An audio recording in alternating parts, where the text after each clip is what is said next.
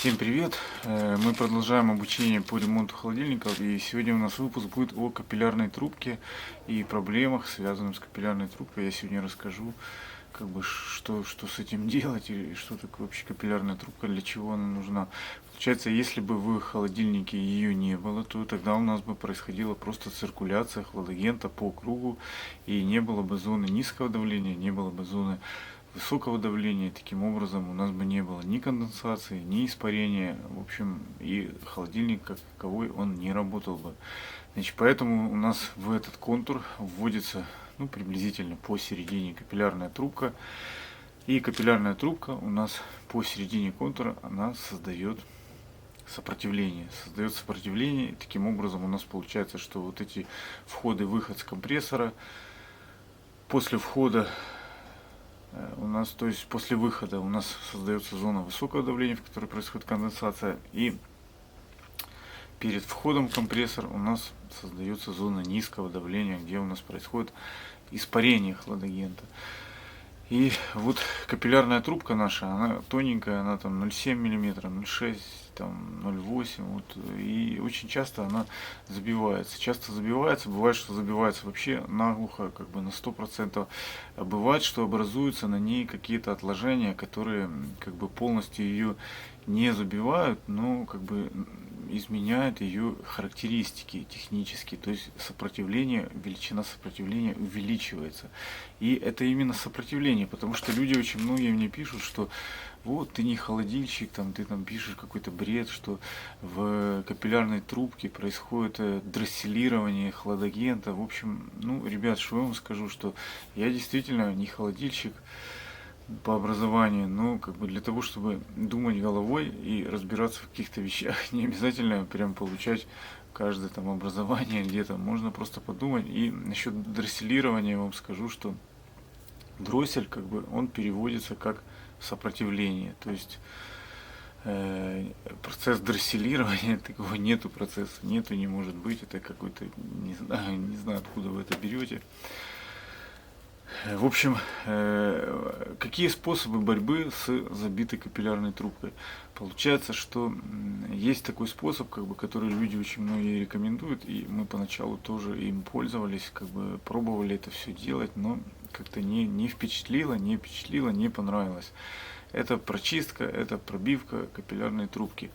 Почему не впечатлило, почему не понравилось? Дело в том, что вот этот вот процесс прочистки, он связан очень часто с тем, что нужно гидравлическим прессом его продавливать, там, либо маслом, либо каким-то там промывочным фреоном, там, какой-то жидкостью, в общем, чем-нибудь продавить. Получается, что когда у нас капиллярная трубка, она забита наглухо, у нас тогда, в принципе, этот процесс возможен, что вы можете к этой трубке приложить какое-то давление, прессом там качнуть, и вы пробьете ее. Но здесь тоже есть свое но. Даже если вы ее пробьете, вопрос, очистите ли вы стенки этой капиллярной трубки. То есть получается так, что вам нужно гарантированно пробивать капиллярную трубку таким составом, который бы вам гарантированно растворил вот эти отложения на капиллярной трубке. Дело в том, что вот эти отложения, во-первых, что они делают? Они изменяют диаметр внутренний, то есть они его уменьшают, тем самым увеличивая сопротивление, это первое.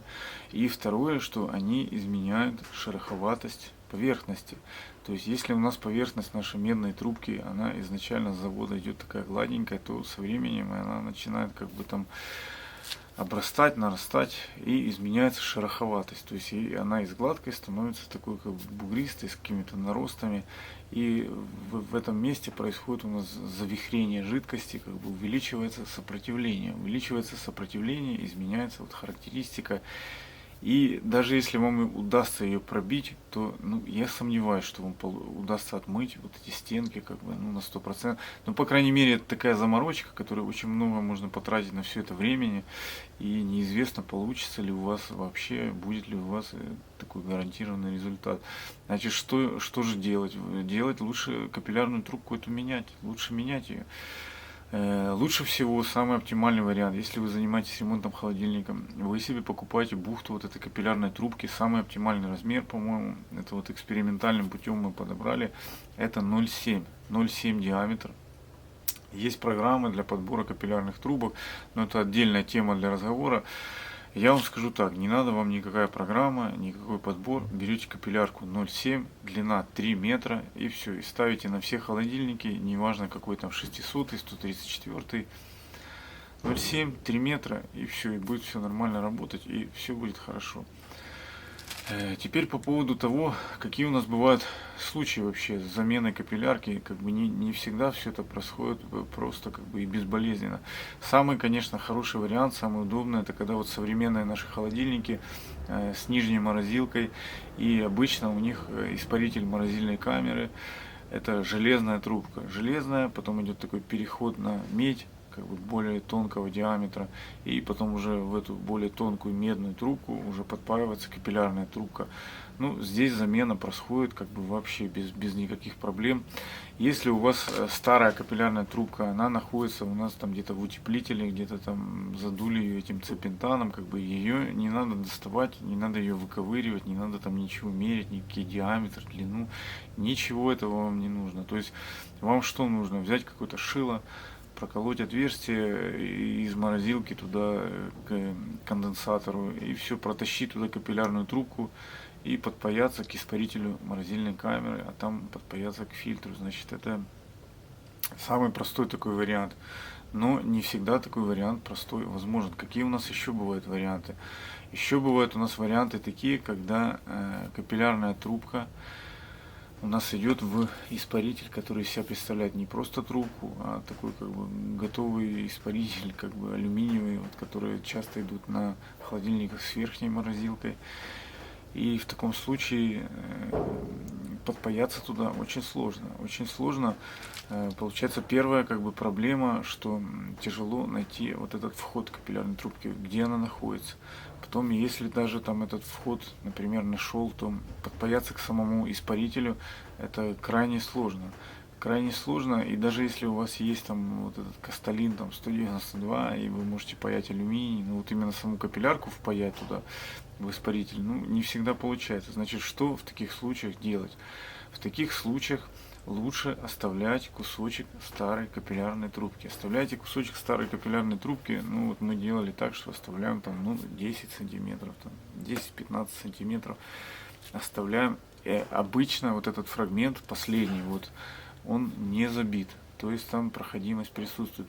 Но даже если вдруг вам не повезло, и вот такое неудачное стечение обстоятельств, все-таки этот последний фрагмент у вас получился забитым, то лучше все равно его оставить, этот фрагмент. Лучше возьмите какую-то стальку, там, возьмите какую-то струну и там пробейте просто механически. Я думаю, что ну, такой кусочек небольшой, 10 сантиметров, это не будет так проблематично пробить. Можно его прочистить механически и подпаяться к нему, но не паять испаритель, потому что несколько раз у нас такие были случаи, когда не получалось нормально это сделать. В общем, тратилось очень много времени, нервов, и в конце концов ничем хорошим это не заканчивалось. То есть лучше подпаяться к старой капиллярке. Как это сделать? Есть медная трубка тоненькая, ставите просто муфту.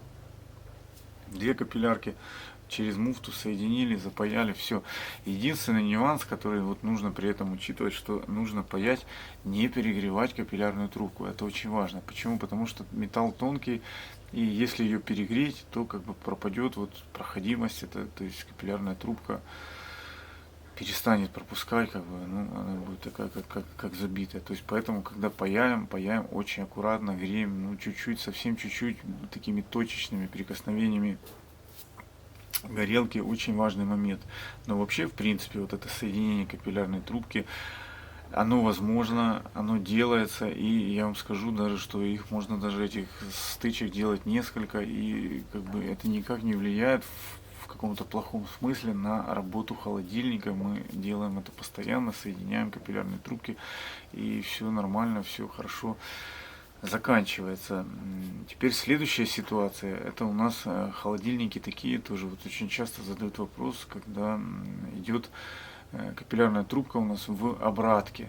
То есть часто очень так делается, что она идет через обратку, прям вот внутри обратки, и выходит как бы уже из обратки. Ну, здесь какая ситуация, что придется менять капиллярку вместе с обраткой, и по-другому как бы никак.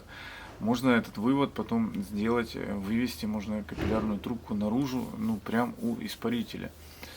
То есть мы делали несколько раз такие варианты, но опять же, вот эти вот холодильники, которые вот не с нижней морозилкой, а которые с верхней морозилкой, вот эти там сложные варианты, там когда идет в обратке капиллярка, когда подпаивается к этому испарителю алюминиевому, я бы вообще не советовал браться за такие ремонты. Почему не советовал? Потому что дело в том, что это холодильники старые, и как бы ну, человек не станет платить какие-то хорошие деньги за ремонт такого холодильника, а работы с ним, заморочки с ним намного больше.